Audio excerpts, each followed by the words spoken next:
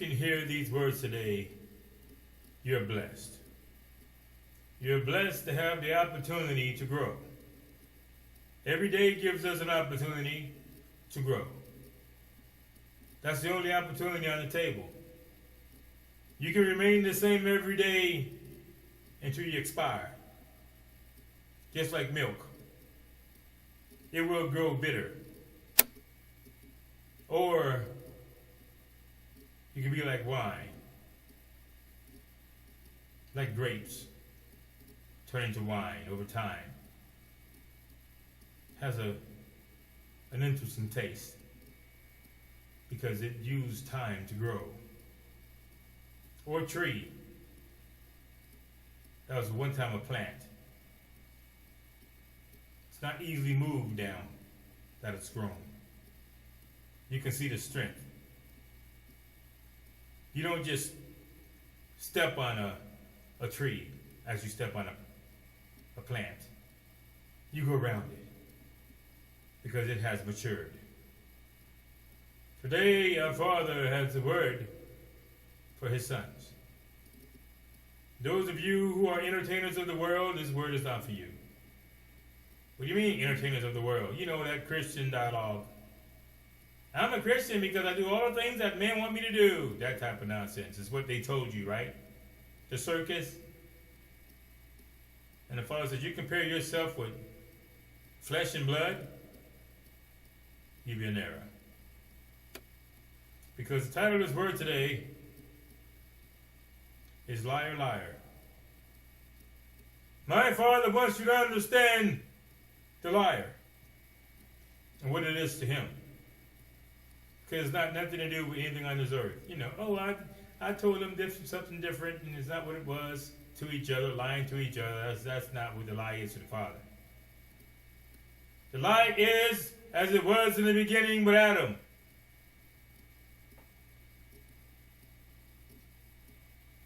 As it was in the beginning with Eve. Two souls given a flesh to make a decision against. And he gave those two fleshes incredible, crafty minds. And he watched the soul to see if it would disobey the voice of the Heavenly Father. The Spirit of the Heavenly Father. There's the Spirit of the Word of the Heavenly Father, then there's the words of the flesh. And they're warring with each other for the control of the soul. That's it. This was the ending dialogue with Jesus. When his soul went back from whence it came, and as it was leaving, the flesh cried out with its last breath, "Why have you forsaken me? I want to be life." The soul chose the word of the Heavenly Father over the flesh. But it gives him an episode when there was another man who chose differently. And then the man woke up and he was in a different place. That's the soul that is, the only man. He was in the place where the flesh is, in the ground. And he looked up and said, "Hey, what's going on?" And he saw the other souls in a different place and he couldn't get to them. He made decisions for the flesh. I got money, I got things. He was rich. And he decided to make that his identity. And so he became. This is the foundation of Liar, Liar. When the Father created the soul in his image and likeness, and then the soul made a decision to lie about its identity. Bone of my bone, flesh of my flesh, man. Is what Adam said. I can see now. I can be like a God. This is what the flesh convinced the soul to say. You see it? This is why the Father says the power of life and death is on the tongue. Because what comes out your mouth is convinced of your soul as truth. Can you see what's happening in the world today? Movie after movie after movie after entertainment, they're showing all these frightful sights of demons and power of the demons. I'm going to kill you, and possess people doing crazy things, and it creates a truth in you.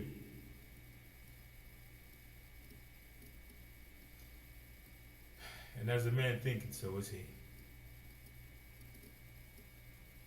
And the Father allowed it to be because he wants to see if you're going to be a liar or not. It's the same thing he saw about Abraham. That boy, which is flesh, because I don't recognize identities of male or female in the presence of the Father. He said that. There's no male or female in his presence. There's no boy or girl. There's only souls that have chosen his presence. But that one that you love so much, I need you to put it on chopping block, man. Because you would be a liar if you thought that that was life. That flesh. I need to know. Jesus, if you're going to cry for the flesh, they whipped him. He didn't say stop. He let it happen. Because if he would have said stop, you're hurting me, he would have been a liar. Because that's not him. In the presence of the Father, there's only one lie. He said this word, whatsoever is not of my word is sin. It's a lie. Simple as that. Now, we'll close. I want you to see it very clearly. The Father spoke of a time of men that chose the truth over the lie. He spoke of their experiences.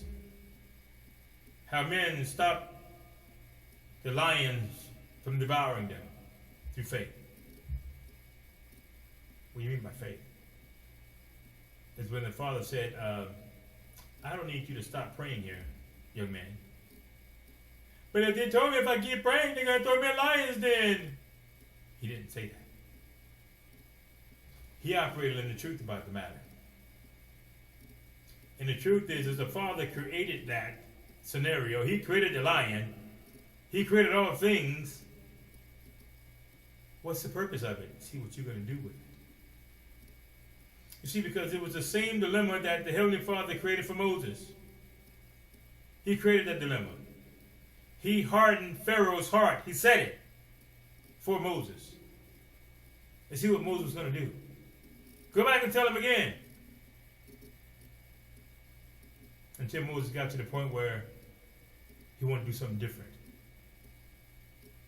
So you're a liar all along. What do you mean? You told me you wanted to be my son, right? Yes, sir. You told me that you represent the Father, right? Yes, sir. So how are you now going to know what I'm doing? And why I'm doing it? Why I have these people in this circumstance so I can do something miraculous so they can believe that there's a Father somewhere, because water doesn't come from a rock. But you want to do something angry. It was never about the people. It was about you. I call those people my people, but they were not my people. My people are my word.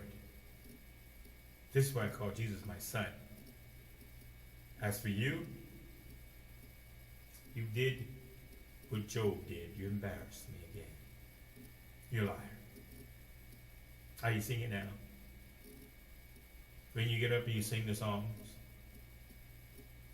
and then the test comes to prove your faith, and you say you're a liar.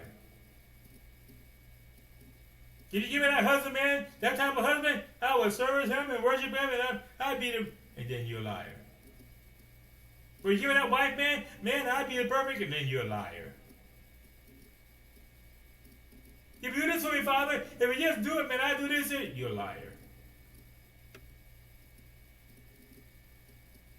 This is what the Father was trying to show a young man who said, I got to throw it in my flesh, man. I don't want to do it. In the flesh, you're going to be a liar, bro. This is why Jesus was so adamant about, don't call me good, that's not good but the Father. He understood the weakness of his flesh. And it was revealed in the Word. At one point, he saw people selling things in the church building, and he said, "Why do you make my father's house a place of thieves, man? You're selling this stuff in here." That's a lie. Our Father does not dwell in places made with man's hands. He understood that later on. And he decided then at that time that I can't make any observations about anything.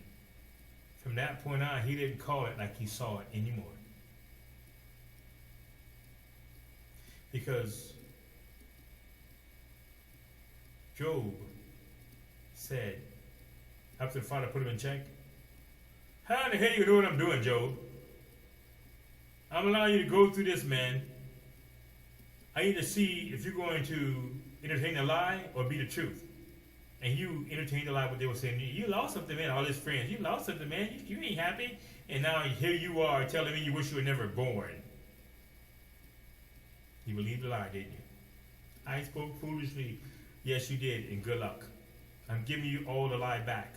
Let me help you see it. The lie is everything of the world. Yeah, you need money to be successful. That's a lie. You're rich, man. That's a lie. You're beautiful. That's a lie. You're painted up. There's nothing honest about you. You're a liar. Are you seeing it now? The lipstick on, the makeup on, the hair, all the extensions and all the stuff that's different, and it's not you. It's a lie. You're a liar. Are you getting it now?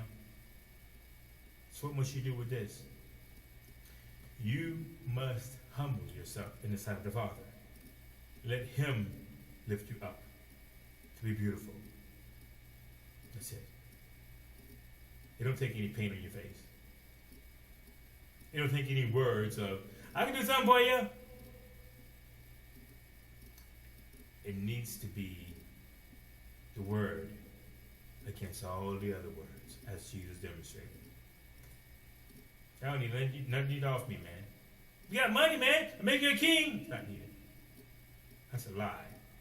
Because one minute you call me a king, next minute you throw me under the bridge. It's a lie. People change their mind like the water, hot and cold. "I love you so much, and let the death do part." And next moment, because you don't get your way, "I hate his guts." What kind of nonsense is that? You cannot be the truth in the flesh. You have to be in the spirit. And when you live in the spirit, things of the flesh don't matter. It doesn't matter at all. You're not trying to please anybody, make anybody see you differently or see you better. It is what it is, man. It's the truth, the whole truth, and nothing but the truth. Or just be a liar until you become it. "Oh, she was pretty." That'll change. "Oh, he was alive." That would change too. Never at no time to life. Just a passing moment. Never at no time pretty. Just a passing moment. Get home and take all the stuff off, right? Now there's ugly personality all over again. It's a joke. So now you've heard my Father's voice. The decision on the table is, are you a liar or are you the truth? It is what it is, man. And the truth does not have to be remembered. Truth does not have to be stored in a box so you can use it again the next day to lie. Okay, put this lie back on. It doesn't have to have all of that because you're natural. It doesn't matter. It's not going to make you like me better. Like my daughter who's a teenager right now, and I'm talking to her about you can't dress a certain way because how you dress speaks to people. You put a little skimpy shirt on, showing your shoulders and your arms, like, "Oh well, I know I was young, you don't look pretty, but you're going to attract other people than what you want to attract." And when they come to you and you say, "No, you ugly person," they're going to be upset about it. And may do something about it. Because you think you're all of that and some mustard on a hot dog. Okay, no problem. You created that by attracting that. Now you become that. A lie. Sons of God, be the truth or be the lie. Your choice will be evident.